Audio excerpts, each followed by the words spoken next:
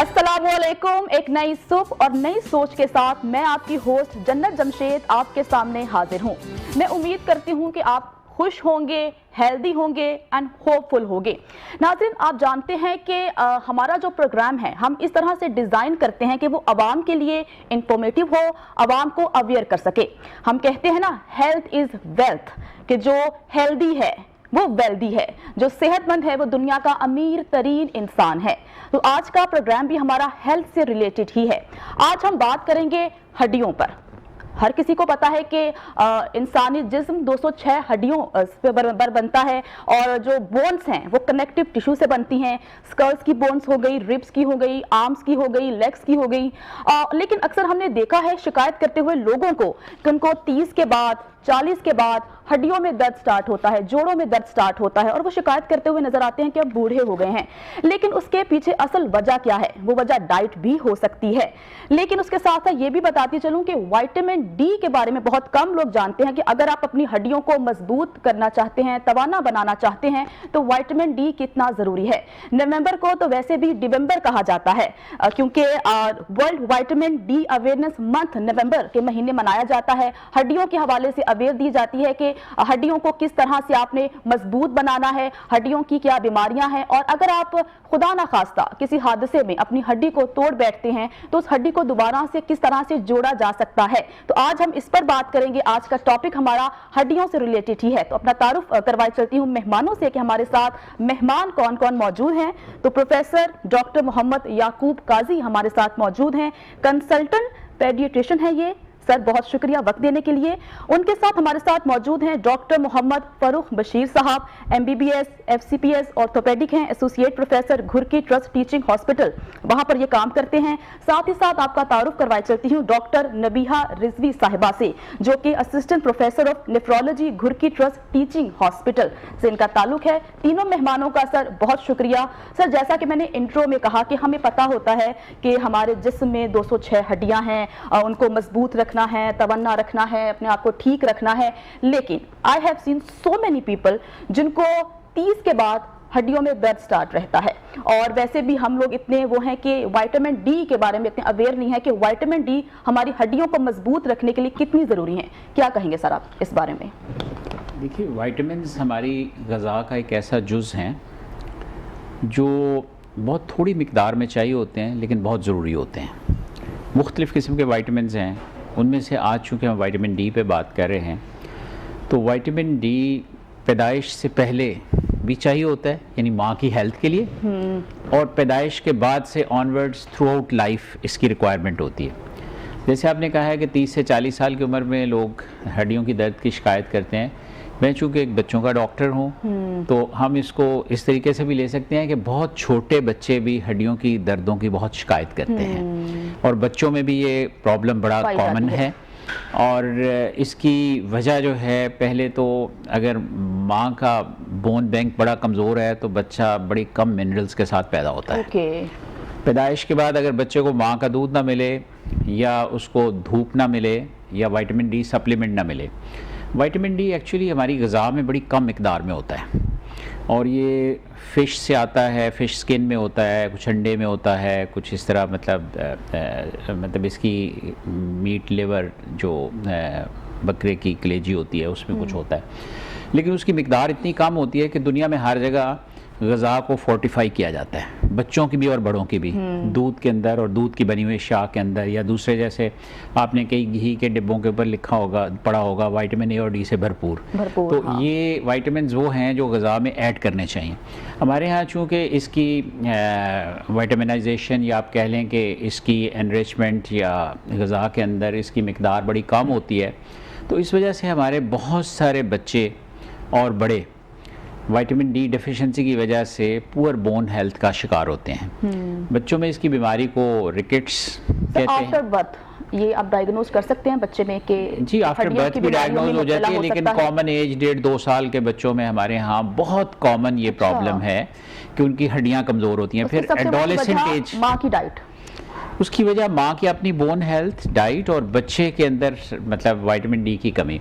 अब WHO recommend करता है कि आप पाकिस्तान में हर बच्चा जो पैदा होता है उसको पहले 4-6 महीने या विटामिन डी का सप्लीमेंट दें, खुसूसी तौर पे पहले 4 महीने हर बच्चे को विटामिन डी की सप्लीमेंटेशन होनी चाहिए, उसकी मतलब ड्रॉप्स की सूरत में या किसी भी सूरत में हर बच्चे को मिलना चाहिए।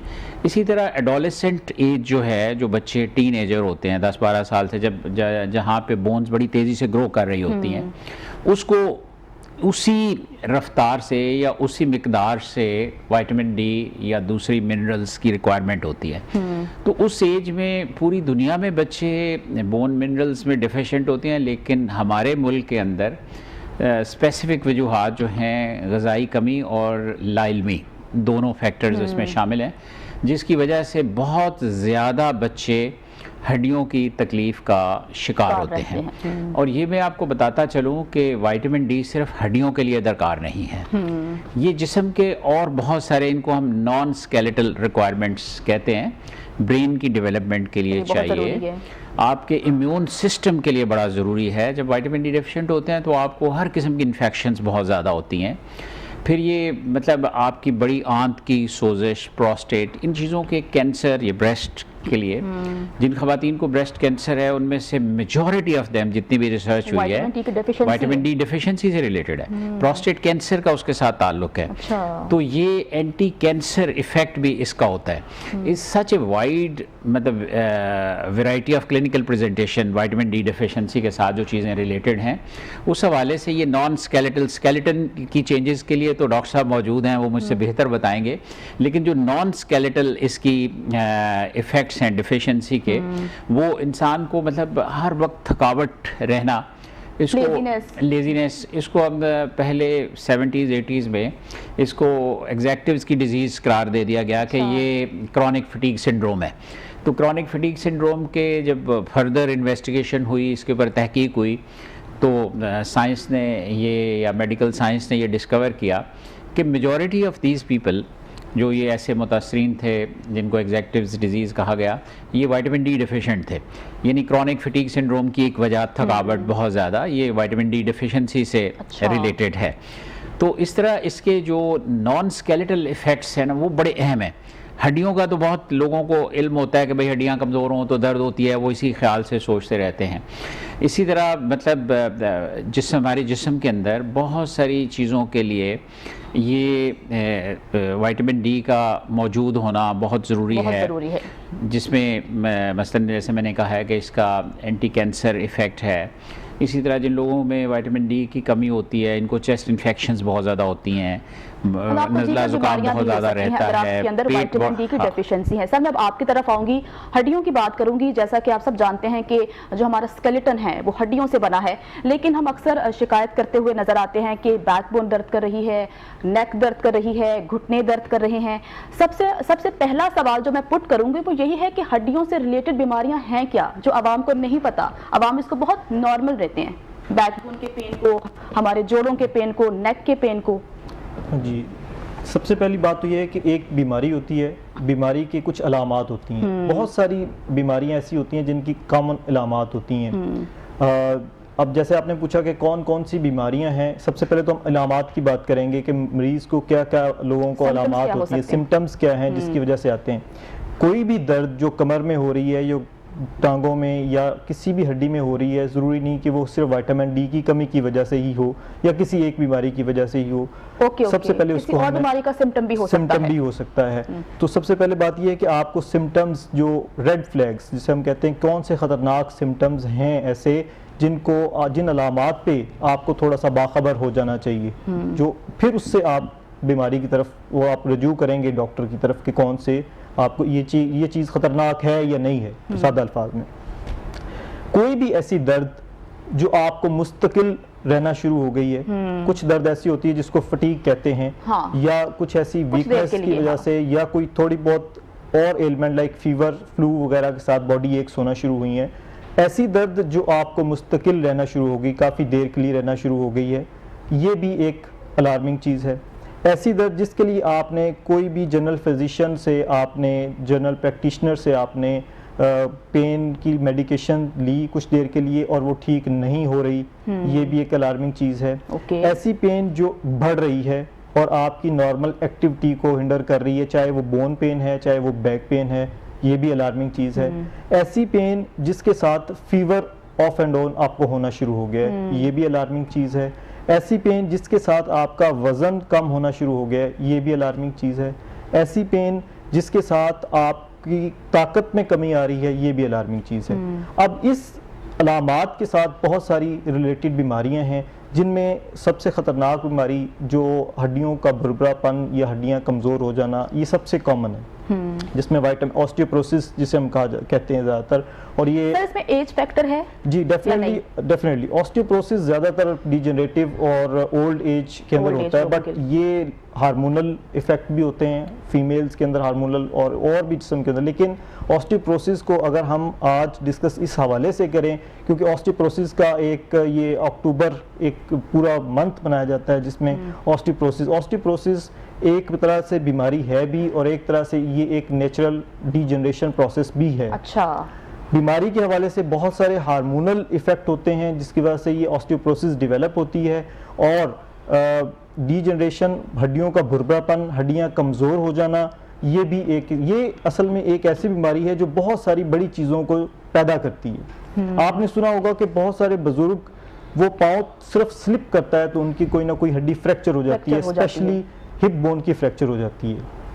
उसमें फ्रैक्चर होना, इतना लोड भी वो बर्दाश्त नहीं कर पाते कि वो थोड़ी सी बोन, थोड़ा सा पाँव स्लिप हो और वो उसको ग्रिप करते करते हड्डी टूट जाती है। इसकी वजह ये होती है कि वो बोन इतनी कमज़ोर हो चुकी है कि वो थोड़ा सा स्ट्रेस बर्दाश्त नहीं कर पाती और वो फ्रैक्चर हो जाती है। ये ऑस्टियोपोरोटिक फ्रैक्चर है। थोड़ा सा झटका लगता है, थोड़ा सा नीचे गिरते हैं तो उनके मोरे फ्रैक्चर हो जाते हैं, फिस जाते हैं। ये भी ऑस्टियोपोरोसिस, भुरभुरापन, हड्डियाँ कमज़ोर हो जाने की वजह से होता है। और उसके बाद वो शदीद पेन के साथ, कई दफ़ा तो ये होता है कि उनके टांगों की ताकत ख़त्म हो जाती है। इन चीज़ों को नहीं कर पाते, चल नहीं सकते। इन चीज़ों को होने से बचाया जा सकता है। इन चीज़ों को अगर तो हो गई हैं, डेवलप हो गई हैं, तब भी इनके जो ड्रास्टिक ख़तरनाक मसाइल होने, उनसे भी बचा जा सकता है। वो पहली, जैसे कि एक दर्द है, दर्द एक नेमत भी है। दर्द से आपको पता चल जाता है कि कुछ बीमारी जिस्म के अंदर, कुछ प्रॉब्लम आना शुरू हो गया है। तो कुछ चीज़ें जैसे मैंने आपको बताई, ऐसी दर्द जो 5-6 मुश्किल रहे या जिस तरह की मैंने बातें, तो आपको कंसल्ट करना है डॉक्टर के साथ। आपने उनको रेलिवेंट डॉक्टर से जाके मिलना है ताकि आप बड़े मसले से बच सकें। अगर आपका फ्रैक्चर हो गया, यू नीड सर्जरी, आपको वो हिप बोन की सर्जरी चाहिए। अब अगर ओल्ड एज का बंदा है, वो डायबिटिक भी है, वो ब्लड प्रेशर भी है, उसको दिल के मसले भी हैं, अब वो जिसने ऑपरेट करना है उसके लिए भी मसला है कि पहले मैं इसको कैसे बेहोश करूंगा, ये होगा तो ये बेयर कर सकेगा उस सर्जरी को कि नहीं कर सकेगा। सो prevention is better than. Prevention की बात करूंगी डॉक्टर नबीहा, मैं आपकी तरफ आऊंगी। जैसा कि इन्होंने कहा कि प्रिवेंशन बेहतर है, सर ने डाइट की बात की, आप इस तमाम सूरत हाल पर क्या कहती हैं? बिल्कुल ऐसे ही है। बीइंग एन नेफ्रोलॉजिस्ट, मैं किडनी के हवाले से अगर बात करूं तो किडनी वो ऑर्गन है जहां पे बेसिकली विटामिन डी की एक्टिवेशन होती है। So this is a vital organ. So उसमें प्रिवेंशन अब इसी हवाले से है कि देखें, आपके 3 जिस्म के आज़ा हैं, स्किन है, लिवर है एंड किडनी है, जिसमें विटामिन डी बनाना है, उसकी एक्टिवेशन करनी है और सारा सिलसिला आगे चलना है। तो हमें प्रिवेंशन में यही है कि हम अपनी एक तो डाइटरी इनटेक हो गया, लेकिन जैसे कि डॉक्टर साहब ने कहा है कि डाइट में उस तरह से विटामिन डी अवेलेबल नहीं है। अगर किसी भी इंसान में विटामिन डी की डेफिशिएंसी है तो वो किडनी को इफेक्ट करेगी, किडनी इफेक्ट होगी उससे? किडनी इफेक्ट नहीं होगी, बेसिकली किडनी एक्टिवेट करेगी, विटामिन डी बनाती है बॉडी में, ठीक है। उसकी एक्टिवेशन विटामिन डी की किडनी में होती है। तो अगर kidney is not working properly तो vitamin D deficiency naturally produce होता है वो नहीं होगा, और कैल्शियम हमारी बॉडी में डेफिशिएंट होगा। ऑब्वियसली बोन्स जो है वो हमारी कमज़ोर होंगी और फिर फर्दर जो है वो सारा प्रोसेस चलता है। क्योंकि हमारे जो अमूमन पेशेंट होते हैं जिनको हम CKD गुर्दों की बीमारियों में जो मुब्तला होते हैं, उन लोगों में ये बहुत ज़्यादा प्रॉब्लम होती है। और इस हवाले से ये है कि प्रिवेंशन उसकी यही है कि हम अपने एक तो डाइटरी इनटेक उसका बेहतर करें। सप्लीमेंट्स जो हैं वो हमारे लिए एक एज में जाके, स्पेसिफिक एज में बहुत ज़रूरी हो जाते हैं। और उसके अलावा ये है कि किडनी, आजकल किडनीज़ की बीमारी बहुत ज़्यादा हो गई है, बहुत कॉमन है। बीइंग नेफ्रोलॉजिस्ट जो हम डेली देखते हैं वो ये है कि डायबिटीज़ चूँकि वर्ल्ड वाइड नंबर 1 इस वक्त आप कह रहे हैं एपिडेमिक है, तो उसमें जो है उसके साथ गुर्दों की बीमारी बहुत ज़्यादा बढ़ रही है। और ऑब्वियसली जब वो ज़्यादा होती है तो ये सारी चीज़ें विटामिन डी डेफिशिएंसी और उससे रिलेटेड जो हैं चीज़ें वो भी बहुत ज़्यादा हो रही हैं। तो उसको प्रिवेंट करने के लिए हमें बेसिकली जो है वो अपनी जो बीमारियां और लाइफस्टाइल चेंज जो है वो दैट इज़ वेरी इंपॉर्टेंट। उसमें हमारी डाइटरी हैबिट्स आ जाती हैं, एक्सरसाइज आ जाती है और बाकी चीज़ें जो हैं वो इन्वॉल्व होती हैं। मतलब विटामिन डी सर बहुत ज़रूरी है। जब जी, तक बिल्कुल। विटामिन डी का इंटेक नहीं होगा तो आपको दीगर बीमारियां लाहक हो सकती हैं, जैसा कि आपने पहले बात की। सर मैं ये सवाल पुट करना चाहती हूँ कि अगर विटामिन डी की डेफिशिएंसी किसी इंसान को है तो वो किस तरह से इंटेक करे? देखिए, पहली चीज़ ये है कि उसको इसकी आगाही या आगाही इल्म होना होना ज़रूरी चाहिए है। कि उसमें विटामिन डी कम है, और नेचुरली वो फिजिशियन एडवाइस करेगा कि भाई या उसका टेस्ट करवा के हम उसको कंफर्म करते हैं। हर एज में इसकी डेफिशिएंसी की इलामात ज़रा थोड़ी सी मुख्तलिफ होती हैं। कुछ चीज़ें कॉमन होती हैं, जैसे कि ऑलरेडी जैसे बात कर चुके हैं। इनमें बच्चों में इसकी डोज जो है तकरीबन 400 यूनिट्स इन्फेंट्स में below 1 year of age per day चाहिए होती है। लेकिन दुनिया में हर जगह पिछले चंद डेकेड्स में इसमें बहुत ज़्यादा अवेयरनेस आने की वजह से ब्रिटिश मेडिकल एसोसिएशन ने, अमेरिकन एकेडमी ऑफ फिजिशियंस ने इसकी डोज़ को रिव्यू किया है और इसकी डोज़ को बढ़ाया है। जैसे मतलब एडोलेसेंट एज में 600 यूनिट्स 600 यूनिट्स चाहिए होते हैं। इसी तरह जो लोग ओल्ड एज में चले जाते हैं आफ्टर द एज ऑफ 50 उनको 800 यूनिट्स चाहिए।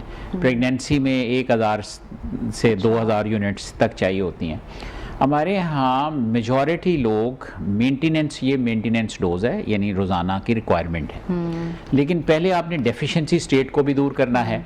बच्चों में डेफिशिएंसी स्टेट के लिए 1 से 2000 यूनिट पर डे 6 से 12 हफ्ते तक दरकार होते हैं, डिपेंडिंग ऑन दी बीमारी की शिद्दत के मुताबिक। तो उसके बाद फिर मेंटेनेंस डोज तो हमेशा ही चाहिए होती है। बहुत सारे लोगों का ख्याल है कि हमारे मुल्क में धूप बहुत होती है तो विटामिन डी तो आना चाहिए कुदरती तौर पे।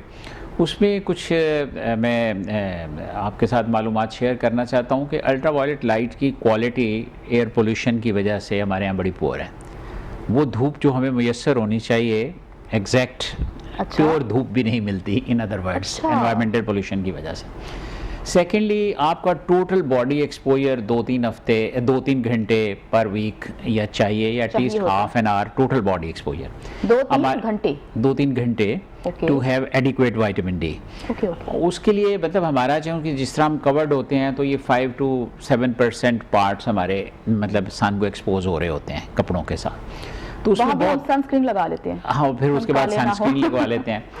तीसरा एक फॉर्चुनेट या अनफॉर्चुनेट पार्ट ये है कि जो ब्राउन या ब्लैक रेसेस हैं इनमें एब्जॉर्प्शन अल्ट्रावायलेट लाइट की कम है।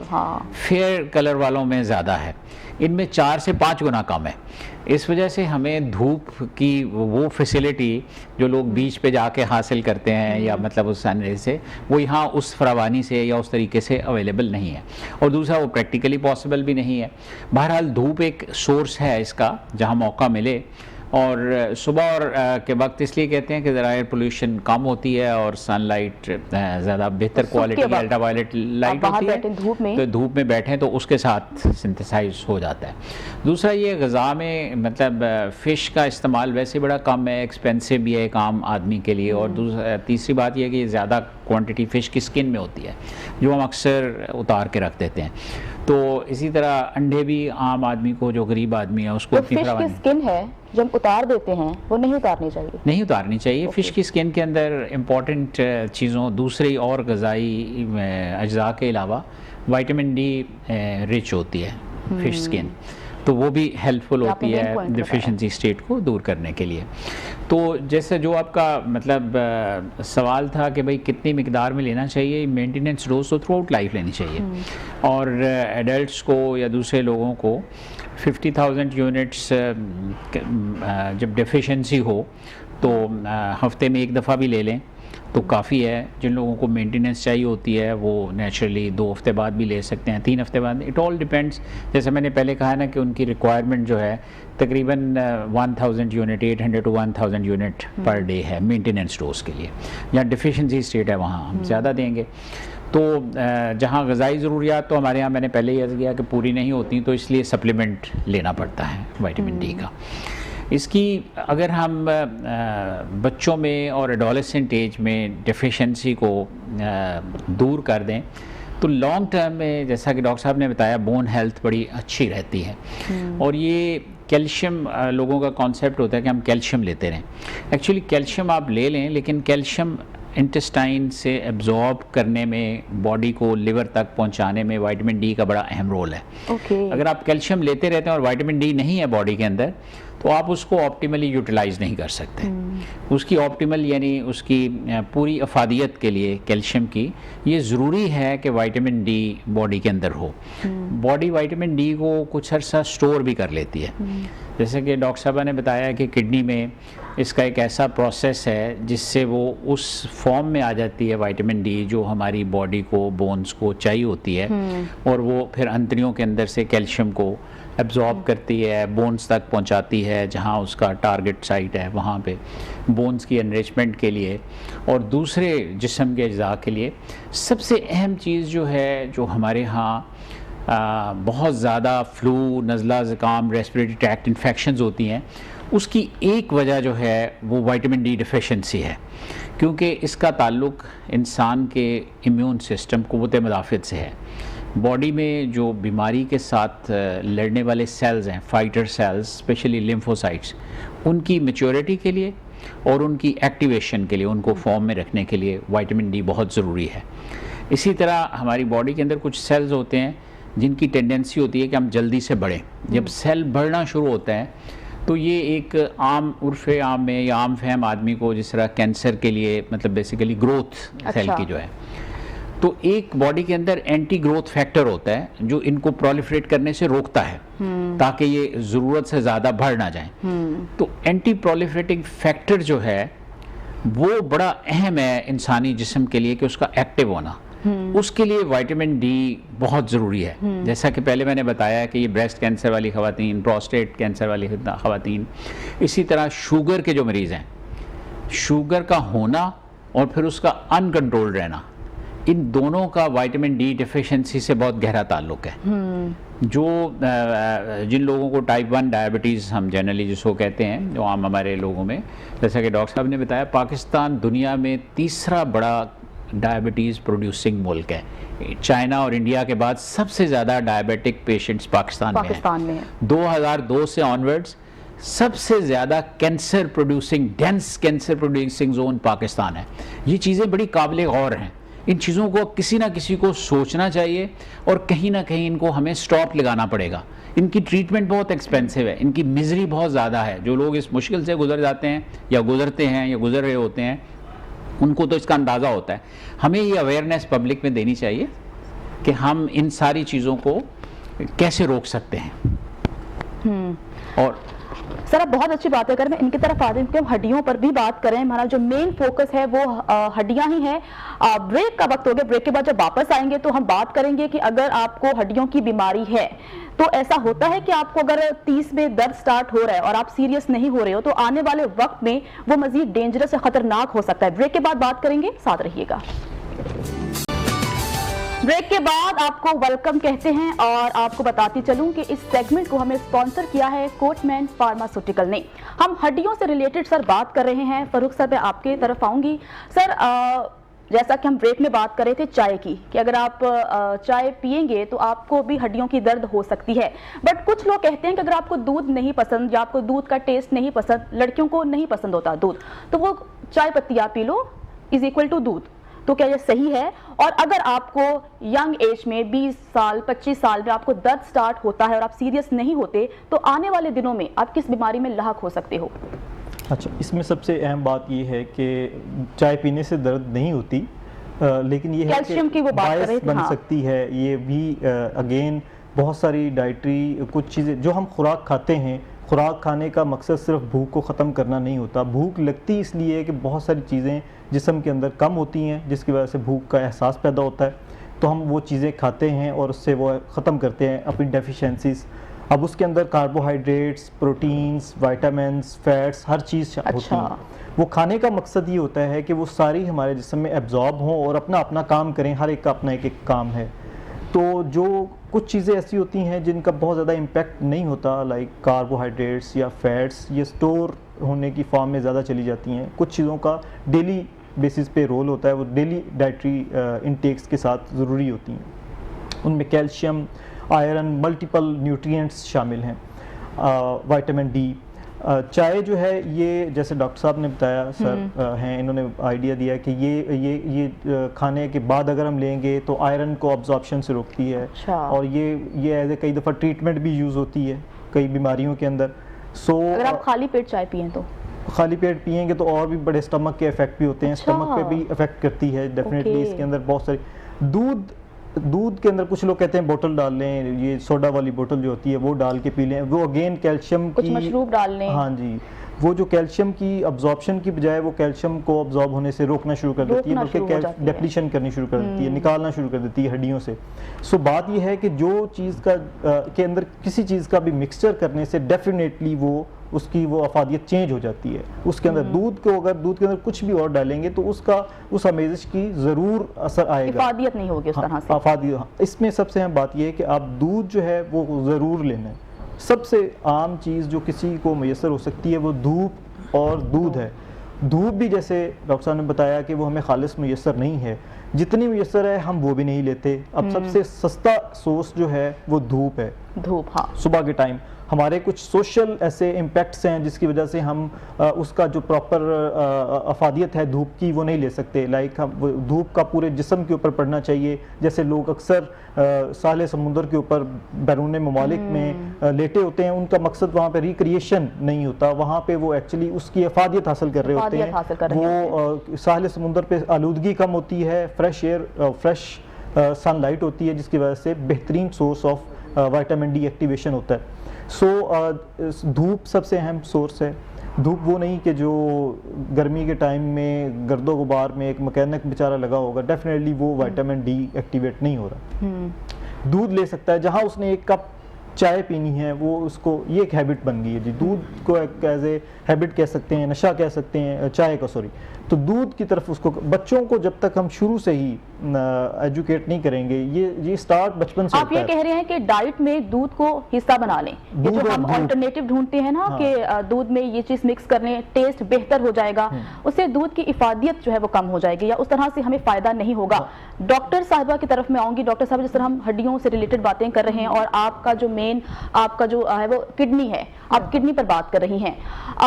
डाइट कितना इफेक्ट करती है इंसान की किडनी को? देखिए, बेसिकली डाइट जो है ना वो जिस्म के हर हिस्से के लिए बहुत इंपॉर्टेंट है, और किडनी और लिवर वो ऑर्गन है जो बॉडी से चीज़ों को एक्सक्रीट करते हैं। सो आपकी डाइट बहुत इंपॉर्टेंट है। आप जो ले रहे हैं वो उसने बॉडी से निकलना आपके गुर्दे के ज़रिए है या जिगर के ज़रिए।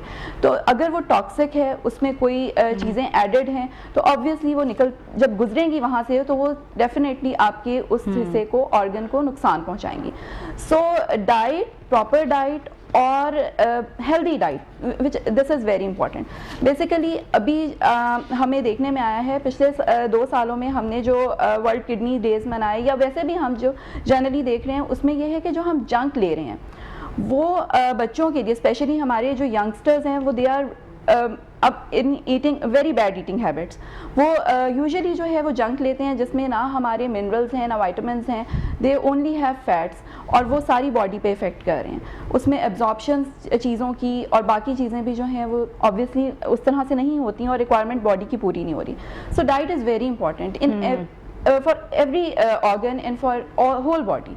इसी तरह से विटामिन डी के हवाले से भी ऐसे ही है कि जो चीज़ें बच्चों को एक्चुअली लेनी चाहिए, जैसे डॉक्टर साहब ने कहा दूध इज़ वेरी इंपॉर्टेंट, और हमें बचपन से बच्चों को उसकी आदत बनानी चाहिए। अब वो दूध की जगह जो है वो ड्रिंक्स आ गए हैं जो बच्चे बहुत शौक से लेते हैं, और उसमें अगर ले भी रहे हैं जैसे हम तो वो ये है कि supplements, they are use to take supplements. Okay तो वो जो है वो डेफिनेटली प्रॉब्लम कॉज करती है। Natural thing is natural. हाँ, मतलब अपनी डाइट को बेहतर करना है तो हम बीमारियों से बच सकते हैं। डॉक्टर साहब, मैं अब आपकी तरफ आऊँगी। सर, जैसा कि आपने स्टार्ट में कहा कि आप जो बच्चों में हड्डियों का इशू होता है या विटामिन डी की कमी होती है आप उससे डील करते हैं। सर, क्योंकि आप फील्ड में हैं, किस तरह के पेशेंट्स आपके पास आते हैं, क्या डाइट इश्यूज़ होते हैं उनके साथ, उनकी किस तरह की एक्टिविटीज़ हैं, आप क्या इस पर कहेंगे? देखिए, बच्चों में जैसा कि मैंने पहले अर्ज़ किया है कि विटामिन डी डिफिशिएंसी बहुत कॉमन है। बहुत कॉमन है। उसमें छोटे बच्चों में 1 साल के राउंड अबाउट इसके स्केलेटल चेंजेस जो होती हैं उसमें बच्चे का सर बड़ा लगता है, माथा लगता है आगे की तरफ आ रहा है, उसका रिब केज की शेप जो है, पसलियों की शक्ल और शुभात जो है तकरीबन 1 साल के राउंड अबाउट, तो वो जो है उसकी पसलियाँ जो हैं वो टेढ़ी होना शुरू हो जाती हैं। ऐसे बच्चों की टांगें बाहर की तरफ मुड़ना शुरू हो जाती हैं, उनके दांत नहीं निकलते या निकलते हैं तो बहुत छोटे होते हैं, ख़राब होते हैं। ये 1 से 2 साल की उम्र के बच्चों में बड़ा कॉमन फिनोमेना है। उसमें सबसे इम्पॉर्टेंट चीज़ जो है ना, पहला फैक्टर वो फेलियर ऑफ ब्रेस्ट फीडिंग है। माएँ दूध नहीं पिलाती हैं अपने बच्चों को। दूसरा, दूध वो अफोर्ड नहीं कर सकती और वो बड़ा महंगा पड़ता है, उसको बहुत डाइल्यूट करके दे देती हैं, उसमें तमाम मिनरल्स और हर चीज़ डाइल्यूट हो जाती है। फिर 6 महीने से ऑनवर्ड्स बच्चे को दूसरी ग़िज़ा शुरू करनी चाहिए जिसमें अंडा और दूसरी वो अज्जा शामिल होने चाहिए जो न्यूट्रिशियस होते हैं, यानी ग़िज़ा में के लिए, इंसानी जिस्म के लिए मुफीद होते हैं। उसकी ग़िज़ाई कमी का शिकार हमारे तकरीबन 50-60% बच्चे जो सर्वेज़ होते हैं मुख्तलिफ़ किस्म के वो डिपिक्ट करते हैं। तो ग़िज़ाई कमी के लिए मतलब बहुत ज़्यादा पैसों की ज़रूरत नहीं होती, आयरन वगैरह और सारी दालों में भी होता है। अवेयरनेस नहीं है, तालीम नहीं है, माओं को इल्म नहीं है कि बच्चों को क्या देना है। और ऑफ कोर्स गुर्बत एक इम्पॉर्टेंट फैक्टर मौजूद है, वो ये नहीं कि मैं उसको मतलब अपनी सोच से एलिमिनेट कर रहा हूँ। तो बच्चों में उसके बाद जिन बच्चों को, जो बच्चे चलते वक्त लड़खड़ा के चलते हैं, इसको डक वॉकिंग कहते हैं हम, ये बच्चे अमूमी तौर पे इनकी टांगें टेढ़ी होने की वजह से, कूल्हे की हड्डी टेढ़ी होने की वजह से, या ये लॉन्ग बोन्स जो होती हैं टांगों की, इनके अंदर बेंड आने की वजह से ऐसा होता है। बच्चे लड़खड़ा के चलते हैं, बच्चे देर से चलना शुरू होते हैं। फिर जब चलना शुरू होते हैं तो ये टांगों में, मसल्स में दर्द की वजह से बहुत ज़्यादा बेचैन रहते हैं, मुस्तरिब रहते हैं, रात को आराम से सोते नहीं हैं, इनकी मतलब एक फैक्टर होता है। इसी तरह ये बच्चे खेल कूद में ज़्यादा दिलचस्पी नहीं लेते, थोड़ा सा खेल कूद किया तो थक गए और बैठ जाते हैं। बच्चों में फिर जो इससे बड़े बच्चे होते हैं, जो जैसा डॉक्टर साहब ने कहा जंक फूड वगैरह वाला एक जो ग्रुप है, एंड अदरवाइज ऑल्सो, इन बच्चों में विटामिन डी डेफिशिएंसी के साथ ओबेसिटी, मोटापे का बड़ा गहरा ताल्लुक है इससे, जो कि बड़ा एक इम्पॉर्टेंट फैक्टर है।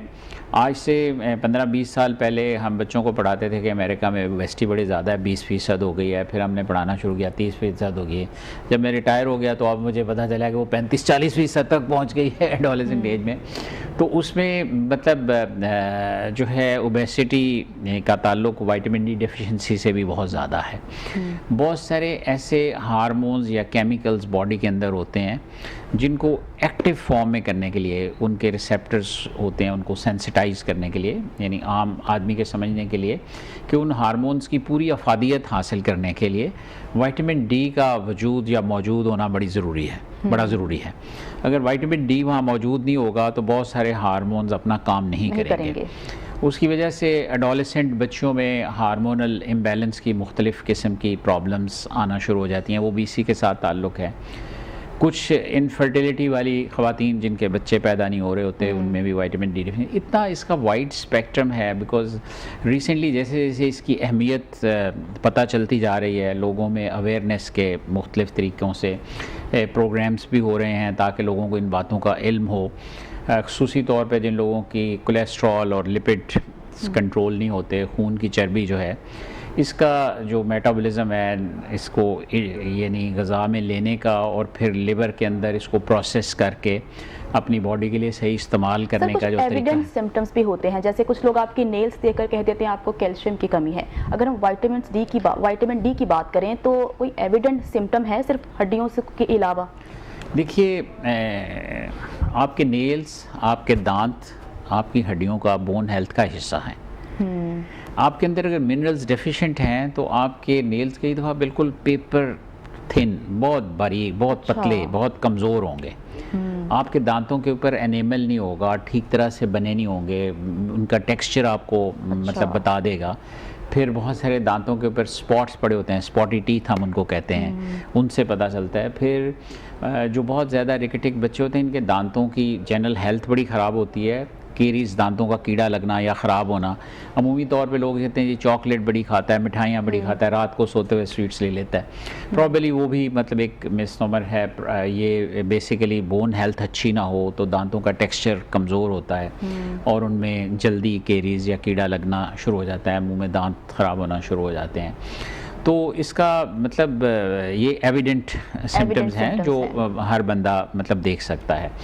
और कई बच्चे जो स्पोर्ट्स में हिस्सा नहीं लेते, अलहदा बैठना पसंद करते हैं, भाग दौड़ नहीं कर सकते, थोड़ा सा मतलब भागे दौड़ेंगे बैठ जाएंगे, आम बच्चों की तरह एक्टिव नहीं होते। डॉक्टर फारूक साहब, मैं अब आपके पास आऊँगी। जैसा कि हम हड्डियों पर ही बात कर रहे हैं सर, ऐसे बहुत से हादसात भी आपके साथ, इंसानों के साथ हो जाते हैं कि जिस्म की कोई हड्डी टूट जाती है, तो क्या आप उसका इलाज बता सकते हैं? इलाज है उसका, वो पूरी उम्मीद रह सकते हैं? जी जी बिल्कुल। ये तो मतलब अल्लाह का शुक्र है, ये हम नहीं कर सकते तो कोई ना कोई पहलवान जोड़ देगा। फितरती हड्डी की फितरती जुड़ना है।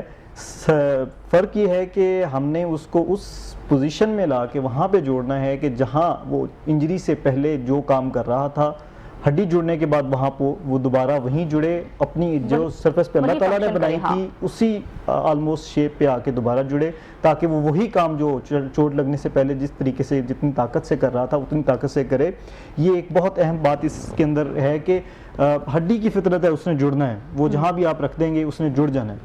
तो इसमें हकीम पहलवान का कोई रोल नहीं है, उसने सिर्फ उसको टाइट करके बांध दिया कि यहाँ से हिले नहीं। लेकिन जिस पोजीशन पे वो चोट लगने से पहले थी, जो उसकी अल्लाह ताला ने शक्ल दी जो थी, वो फंक्शन कर रही थी, वो दोबारा से शक्ल में ला के जोड़ना, उस शक्ल में ला के जोड़ना, ये साइंस है ताकि वो दोबारा अपने उसी काम को कर सके।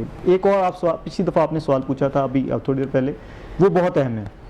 बोन्स पेन और नी पेन्स और जॉइंट्स पेन यंग लोगों के अंदर due to deficiency of different nutrients, ये बहुत अहम है, विटामिन डी एंड कैल्शियम। कल तो हैरानकुन हद तक मैंने कोई 20 से 30% पेशेंट जो देखे, उनमें ख़वातीन ज़्यादातर 90% थी और उनकी 35 टू 45 की एज थी और सब की सब नी पेन्स के साथ आई थी। मतलब हम बुक्स में पढ़ते रहे, हम लोगों की बातें, लेक्चर सुनते रहे, हर घर में आपको ऐसी खातून जरूर मिलेगी जिसे घुटनों का दर्द होता होगा। कल जो अलार्मिंग हद तक खुद परेशानी होनी शुरू हो गई कि ये वाकई ही, जैसे सर कह रहे थे कि पाकिस्तान के अंदर इतनी ज़्यादा, उनकी एज कितनी थी? 35 टू 45 मैक्सिमम, और 20 टू 30% पेशेंट्स की जो बल्क था उनमें से वो फीमेल्स थी जो नी पेन्स के साथ आई थी स्पेसिफिकली, और उनमें कई ऐसी पेशेंट्स थी जिनमें एस्टेब्लिश्ड ऑस्टियोआर्थराइटिस स्टार्ट हो चुका था। ग्रेड 1 और 2 का ऑस्टियोआर्थराइटिस मतलब घुटनों का बुढ़ापा कह सकते हैं, वो शुरू हो चुका था, जिसको हाल्ट नहीं कर सकते, जिसको रोक नहीं सकते, जिसने आगे बढ़ना है क्योंकि उनकी डाइटरी डेफिशिएंसीज। फिर उसके बाद स्ट्रेस बहुत है उनके। किसी से पूछें कि आप, पहली चीज़ जो इनको बचाने के लिए होती है जॉइंट्स को, वो लाइफस्टाइल मॉडिफिकेशन होती है कि आपने अपनी ज़िंदगी के बहुत सारी चीज़ों में तब्दीली लाइक पाँव के बल नहीं बैठना, किचन में काम करना है तो ऊंचा स्टूल कुर्सी रखें, वॉशरूम में कमोड यूज़ करें, नमाज कुर्सी में पढ़ें। तो एक पेशेंट है, उसने बजिद थी कि मैंने बच्चों का नाश्ता भी सुबह बनाना है, मैंने कपड़े भी इस्त्री करने हैं और मेरे घर में कुर्सी नहीं है और मेरी खड़े होने से दर्द होती है। तो उसको इस चीज़ पे काउंसलिंग करना, उस वक्त मेडिकेशन का इतना रोल नहीं है जितना उसको ये समझाने का रोल है कि आपको ये चीज़ें किस हद तक लेके जाएंगी। अब वो गरीब है, अगर वो अपने घुटने चेंज करवाने वाले इस सिचुएशन में जाएगी, डेफिनेटली सर्जरी का स्ट्रेस होगा, फाइनेंशियल स्ट्रेस होगा, फिर अब वो कौन संभालेगा। लाइफस्टाइल को अगर मॉडिफाई नहीं करेंगे, ये सबसे पहले आगाही की मुहिम पाकिस्तान में गवर्नमेंट लेवल पे होनी चाहिए कि लोगों को ज़ोर से समझा के, जैसे भी क्योंकि इतने ड्रास्टिक इफेक्ट आएंगे कि हमसे फिर ये चीज़ें नहीं संभलेंगी। अब इतने ज़्यादा इसके अंदर लॉजिस्टिकली और फाइनेंशियली चीज़ें इन्वॉल्व होना शुरू हो जाएंगी, जब लोगों को इतने ज़्यादा प्रॉब्लम आने शुरू होंगे नीज़ के, हिप्स के, जॉइंट्स के, कि वो अफोर्ड नहीं कर सकेंगे, गवर्नमेंट अफोर्ड नहीं कर सकेगी। तो इसको शुरू ही से, जैसे कि सर ने कहा, बच्चों को दूध की आदत डालें, घर से शुरू करें और लाइफस्टाइल को मॉडिफाई करना ज़रूरी है। कमोड पूरी दुनिया में, हरम शरीफ में भी लोग जिन यूज़ करते खवातीन हैं। की आप बात कर रहे हैं कि जिनको नी इशू है, मतलब उनको प्रॉब्लम है, जैसा कि आपने कहा कि लाइफ में तब्दीली लाने की ज़रूरत है, तो वो कुछ पॉइंट्स बता दीजिए कि किस तरह से बैठना है, उठना है, वॉक कैसे करनी है, डाइट में क्या क्या होना चाहिए। जिन लोगों को तो नी पेन्स शुरू हो गई हैं और डॉक्टर से उन्होंने डायग्नोज हो गया, तो सबसे पहले तो डाइटरी उनको चाहिए कि जैसे कि जो चीज़ें जिनमें विटामिन डी है वो लें, दूध लें, धूप लें, फ़िश जैसे कि बताया, और बड़ी सारी इसके अलावा चीज़ें। दूसरी चीज़ सिंथेटिक मिलती हैं, लाइक विटामिन डी के इंजेक्शंस हैं, कैल्शियम की मेडिकेशंस हैं, और सेकंड एंड कई दफ़ा सोजिश कम करने के लिए एंटी इन्फ्लेमेटरी ड्रग्स भी उनको देनी पड़ती हैं। ये ड्रग्स के अलावा सबसे ज़्यादा ज़रूरी ये है कि नमाज कुर्सी पे सिंपल सी बातें, वॉशरूम में कमोड यूज़ करना शुरू कर दें, किचन में कुर्सी, ऊंचा स्टूल। कई लोग होते हैं उनके नी ख़राब होते हैं, वो कहते हैं जी हमने एक्सरसाइज करनी है, और वो ट्रेडमिल पर चढ़ जाते हैं या वॉक करना शुरू कर देते हैं। इससे नी के ऊपर और स्ट्रेस पड़ता है। वो एक्सरसाइज ना करें, नहीं करनी है एक्सरसाइज, प्लीज। अच्छा, करनी है। एक्सरसाइज करनी है, लेकिन उसकी एक्सरसाइज वो नहीं है जो हर बंदे की है। उसको नी के लिए मसल्स, क्वाड्रिसेप्स और हैमस्ट्रिंग मसल्स होते हैं, प्रेशर आपने नी पे नहीं डालना ज़्यादा। साइकिलिंग करें, साइकिलिंग बेस्ट एक्सरसाइज है अपने नी को बचाने के लिए, और बहुत सारी क्वाड्रिसेप्स और हैमस्ट्रिंग एक्सरसाइजेज हैं इसके लिए बनी हुई हैं, बहुत मुश्किल नहीं है, घर में हो सकती हैं, 1 रुपया नहीं लगेगा, किसी जिम नहीं जाना पड़ेगा, अपने घर के अंदर आपने ये एक्सरसाइज करनी है और आप अपने घुटने बचा लेंगे। अगर आपके मसल और बोन की स्ट्रेंथ दोबारा रीगेन होती है कुछ महीनों के अंदर, 6-8 महीनों में, तो जो बोन पेन होना शुरू हो गई हैं वो ख़त्म होना शुरू हो जाएंगी, तो वो ख़त्म होना शुरू हो जाएंगी। तो सबसे अहम बात ये है कि सबसे पहले आगाही हो, लोगों को ये समझ आ जाए कि ये प्रॉब्लम्स जो हैं ये सिर्फ दवाइयों से नहीं, बहुत सारी और चीज़ों से घर में रह के हल हो सकते हैं। घर में रह के हल हो सकते हैं। डॉक्टर साहब, मैं आपकी तरफ आऊँगी, जैसा कि सर ने कहा कि ऐसी खवातीन आती हैं जिनको नी इशू होता है और वो मना करती हैं कि हमारे पास ये चीज़ नहीं है, हम नहीं कर सकते, या डाइट इशू रहता है इस पर कि डाइट हमारी अच्छी कैसे करें, जो भी फाइनेंशियल इशूज़ उन्हें होते हैं। आप इस पर क्या कहेंगे इस तमाम सूरत हाल पे? क्योंकि आई हैव सीन कि इतनी ज़्यादा तादाद में खवातीन हैं जो शिकायत करती हैं कि हमें घुटने का दर्द है, हमें बैकबोन का दर्द है, हमें नेक का दर्द है, लेकिन वो उसको सॉल्व करने के लिए या अपनी ज़िंदगी को मॉडिफाई करने की कोशिश भी नहीं करती। बिल्कुल ऐसे ही है। बेसिकली फिर अगेन वही बात आ जाती है कि हमें अवेयरनेस पैदा करनी है। Awareness is the most important thing. लोगों को पता चले एक दफ़ा डिजीज़ हो गई है, उसको ट्रीट तो हम ऑस्टियोपोरोसिस, ऑस्टियोआर्थराइटिस को ट्रीट तो नहीं कर सकते हैं। वही वाली बात है कि अगर नी रिप्लेस करवानी है तो हमारा मुल्क वो नहीं है कि जहाँ पे जो है वो आप जाके आराम से करवा सकें। हमारे फाइनेंशियल इश्यूज़ हैं, लोगों के सारी चीज़ें हैं। सो उसमें सबसे इम्पॉर्टेंट चीज़ वही आ जाती है कि अवेयरनेस, अवेयरनेस एंड अवेयरनेस। आपने लोगों को बताना है कि आपने इनिशियली शुरू से ही आपने अपनी इन ख़वातीन में ऑब्वियसली आपको पता है कि सारे इश्यूज़ इसलिए ज़्यादा हैं कि उन्होंने प्रेगनेंसीज़ में बोन पे बहुत बोन्स ज़ाहिर है, प्रेगनेंसी में बोन्स का सारी कैल्शियम एब्जॉर्प्शन होती है, फिर उसके बाद जो है लैक्टेशन है, उसमें ज़ाहिर है ख़वातीन की हेल्थ जो है वो बहुत ज़्यादा इफ़ेक्ट होती है। तो उसमें टाइमली सब ड्यूरिंग मैंने बहुत सारी ख़वातीन को देखा है कि during pregnancy they don't take supplements, even lactation में भी कोई विटामिन डी, कैल्शियम सप्लीमेंट्स नहीं ले रही होती, जो उनकी बोन्स को बहुत ज़्यादा इफ़ेक्ट करती है, और फर्दर जो है वो जाके फ्यूचर में जो है वो ऑब्वियसली बहुत अर्ली ऑस्टियोपोरोसिस, ऑस्टियोआर्थराइटिस के प्रॉब्लम्स उनको आना शुरू हो जाते हैं। तो उसमें यही है कि हम उनको अवेयरनेस दें, शुरू से बच्चों को आदत डालें, अपनी डाइट को बेहतर बनाएं, ख़वातीन जो है वो अपनी डाइट का ख़ास तौर पे ख्याल रखें, और उसमें यह है कि और फिर अपनी लाइफस्टाइल को modification, which is very important. हम लोगों का बहुत सेडेंटरी लाइफस्टाइल है। घर में ख़वातीन काम करके समझती हैं कि हमने बहुत एक्टिविटी कर लिया, हमने बहुत काम किया, लेकिन walk is, exercise is very different from those activities. Obviously time नहीं मिलता, लेकिन मेरे ख्याल में अपने लिए थोड़ा सा टाइम जो है वो निकालना बहुत ज़रूरी होता है। तो ये चीज़ें बहुत इंपॉर्टेंट हैं, क्योंकि प्रिवेंशन इज़ बेटर। बड़ी अच्छी आपने बात की कि एहतियात इलाज से बेहतर है। अगर आप एहतियात करते हैं, और हड्डियों को तो वैसे भी कहते हैं कि आपने अपने आप को ठीक रखना है, एक्टिव रखना है, तो डाइट बहुत ज़रूरी है। दूध को अपनी ज़िंदगी का हिस्सा बना लें, धूप को अपनी ज़िंदगी का हिस्सा बना लें। लेकिन जब आप धूप लेने के लिए बाहर बैठे हो तो सन ब्लॉक का इस्तेमाल नहीं करना चाहिए, क्योंकि फ़ायदा नहीं होगा। तीनों मेहमानों का बहुत शुक्रिया सर, बहुत अच्छा लगा आपसे बात करके, और मैं उम्मीद करती हूँ कि जो ऑडियंस आपको देख रही थी वो अवेयर हो सकी कि हड्डियों की जो बीमारियां हैं उसको सीरियस लेना है, और विटामिन डी कितना जरूरी है किसी भी इंसान की जिंदगी के लिए। तीनों मेहमानों का दोबारा से मैं शुक्रिया करती हूं, और आप नाजरीन को बताती चलूं कि इस सेगमेंट को स्पॉन्सर किया है कोटमैन फार्मास्यूटिकल ने। मुझे जन्नत जमशेद को इजाजत दीजिए, कल फिर मुलाकात होगी एक अच्छे से इंफॉर्मेटिव प्रोग्राम के साथ। खुदा हाफिज।